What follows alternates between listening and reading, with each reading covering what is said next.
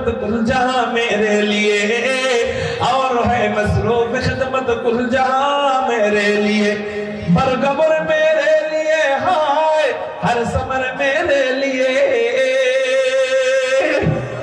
बरगबर मेरे लिए हाय, हर समर मेरे लिए, हर चमन मेरे लिए, हर गुलसिता मेरे लिए, हर चमन मेरे लिए, हर गुलसिता मेरे लिए। एक मेरे दम से है इस बज़्म आलम का फुरूर, एक मेरे दम से है इस बज़्म आलम का फुरूर। वक्त खिदमत है इस सब का नौमका मेरे लिए, वक्त खिदमत है इस सब का नौमका मेरे लिए। मेरी हस्ती में है मुज़म्मर हस्ती है आलम का राज, मेरी हस्ती में है मुज़म्मर हस्ती है आलम का राज। है ये सब ईजाद शूरे कुन फका मेरे लिए, है ये सब ईजाद शूरे कुन फका मेरे लिए।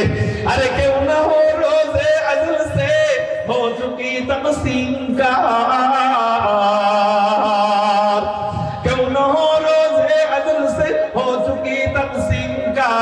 मैं हूँ मालिक के लिए और कुल जहां मेरे लिए, मैं हूँ मालिक के लिए और कुल जहां मेरे लिए।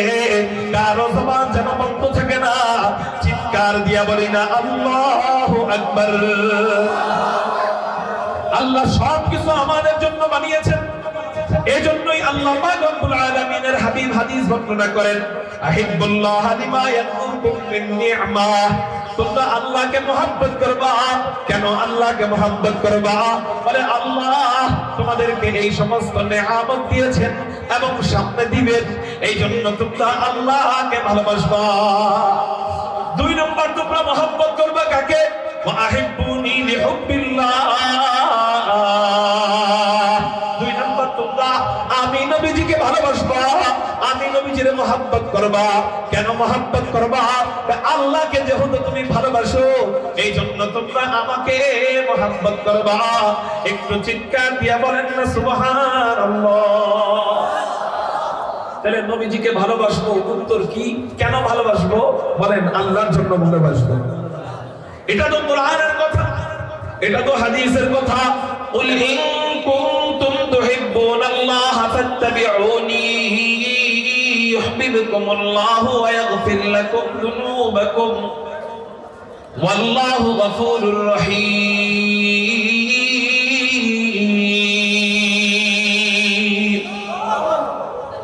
আল্লাহ বলেন, হে নবী আপনি বলে দিন, ইন কুনতুম তুহিব্বুনাল্লাহ,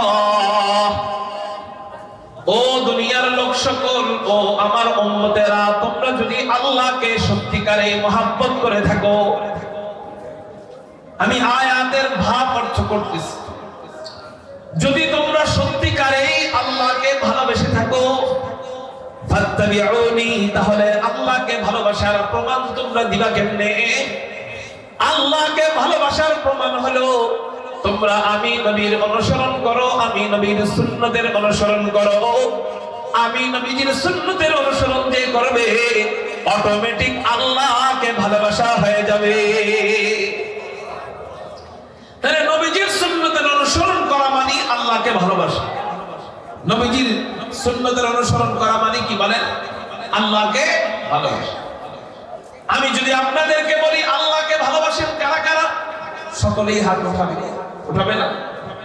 সবাই হাত উঠাবে। কিন্তু এখানে অনেকে এমন আছে যারা হাত উঠাবে মাগার নামাজ পড়ে না, রোজা রাখে না, হজ করে না, যাকাত দেয় না, নবীজির সুন্নাত মোতাবেক চলে না। আল্লাহ পাকের কোরআনের এই আয়াত থেকে বোঝা যায় তারা প্রকৃতপক্ষে মুখে আল্লাহকে ভালোবাসি বলে, কিন্তু আসলে আল্লাহকে ভালোবাসে না। কেন? আল্লাহকে ভালোবাসা বোঝানোর প্রধান শর্ত হলো ইত্তেবায়ে সুন্নাত, নবীজির সুন্নতের অনুসরণ।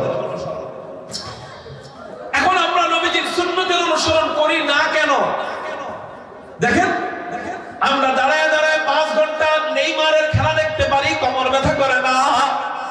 দাঁড়ায় দাঁড়ায় 5 ঘন্টা মেসির খেলা দেখতে পারি, আমাদের শরীর ব্যথা লাগে না। কিন্তু নবীজির সুন্নাত পালন করতে গেলে আমাদের কোমর ব্যথা লাগে, আমাদের টাইম পাওয়া যায় না, সময় পাওয়া যায় না, 5 মিনিট নামাজ পড়তে আমাদের হাঁটু ব্যথা হয়ে যায়। কেন কেন কেন? বলে রাসূলের রীতি মোতাবেক চলতে আমাদের এত রোগ আসে কেন, এত অলসতা আসে কেন? আর নেইমার মেসির খেলা যখন দেখি তখন আমাদের অলসতা আসে না কেন? বলে এটার কারণ হলো মুহাব্বত। আমরা রাসূলকে মুহাব্বত করতে পারি নাই, এই জন্য রাসূলের সুন্নাত মোতাবেক চলতে আমাদের কষ্ট হয়। আর আমরা নেইমার মেসি এদেরকে মুহাব্বত করি, এই জন্য এদের খেলা দাঁড়ায় দাঁড়ায় দেখতে আমাদের কোনো কষ্ট হয় না। অনুসরণ আসে মুহাব্বত থেকে। বলেন অনুসরণ আসে কোন জায়গা থেকে? অনুসরণের উৎস হলো মুহাব্বত। আপনার ছোট বাচ্চা, আচ্ছা আপনারা পানিকে কি বলেন? পানি, এই এলাকায় পানিকে কি বলে? পানি বলে। কিন্তু আপনার নবজাতক বাচ্চা মাত্র কথা ফুটছে, কথা বলতে পারে, নতুন কথা বলা শিখছে, এই পানিকে পানি বলে না, পানিকে অন্য একটা শব্দ বলে। বলেন তো দেখি কি বলে? হ্যাঁ সবাই বলে মাম বলে, মাম। কিন্তু আপনি তো পানিকে পানি বলেন না, পানিকে মাম বলেন না, পানিকে পানি বলেন। কিন্তু আপনার বাচ্চার সামনে যখন যান, ওকে যদি আপনি পানি খাওয়াইতে যান, তখন কিন্তু পানিকে আর পানি বলেন না। আপনি বাচ্চার অনুসরণ করে পানিকে আপনিও মাম বলা শুরু করেন। আপনি এভাবে বলেন, আব্বু নাও মাম খাও, মাম মাম বলেন কিনা? আপনি তো পানিকে পানি বলেন, মাম কখনো বলেন না। কিন্তু ওর সামনে গেলে আপনি মাম বলেন কেন? আপনি ওর অনুসরণ করলেন কেন? হুজুর অনুসরণ করার কারণ হলো আমার বাচ্চাকে আমি মুহাব্বত করি, এতটা মুহাব্বত করি, এই মুহাব্বতের কারণে অটোমেটিক আমার ওই বাচ্চার অনুসরণ ভিতরে ঢুকে গেছে। কেউ কাউকে মুহাব্বত করলে অটো বলতে হবে না দাড়ি রাখো। নবীজিকে কি যে মুহাব্বত করে বলতে হবে না দাড়ি রাখো, অটো দাড়ি বড় হবে। নবীজিরে যে মুহাব্বত করে বলতে হবে না নামাজ পড়ো, অটোমেটিক সে মসজিদে যাবে।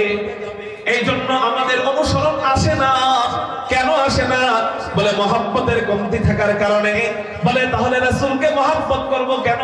কোরআন বলে আল্লাহর জন্য, আর হাদিস কি বলে? নবীজি বলেন قال رسول الله صلى الله عليه وسلم أحب الله لما يذوبكم من نعمة وأحبوني لحب الله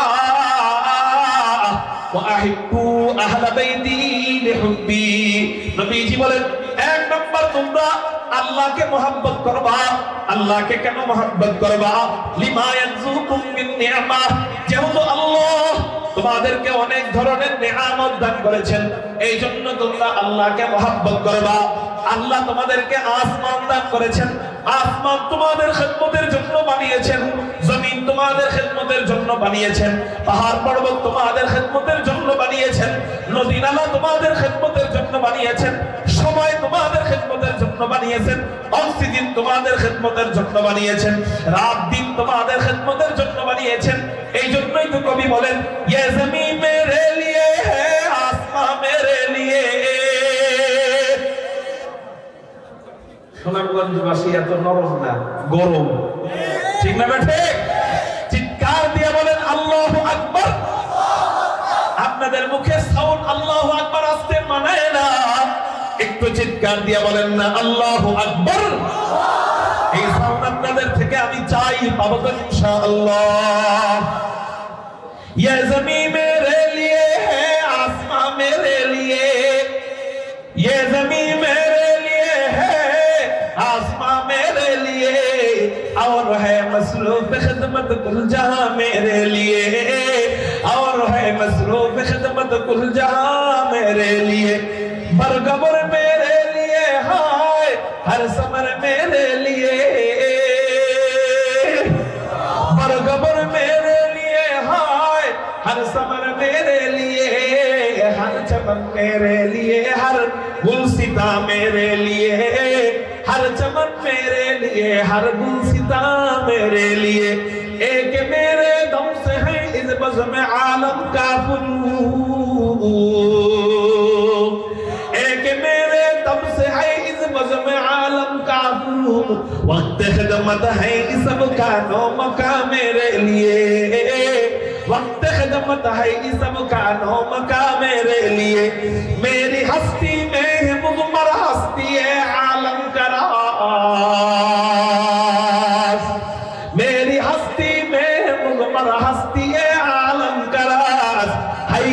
ईजाद शूरे कुन फका मेरे लिए, हाय सब ईजाद शूरे कुन फका मेरे लिए। अरे क्यों न हो रोज़े अज़ल से हो चुकी तक़सीम का,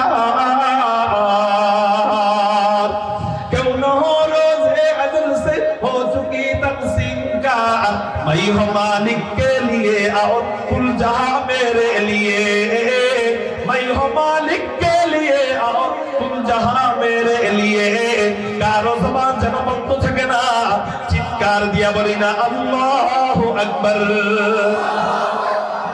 আল্লাহ সব কিছু আমাদের জন্য বানিয়েছেন, এজন্যই আল্লাহ পাক রব্বুল আলামিনের হাবিব হাদিস বর্ণনা করেন, আহিবুল্লাহ লিমা ইয়াকুম মিন নি'মা। তোমরা আল্লাহকে মহব্বত করবা, কেন আল্লাহকে মহব্বত করবা?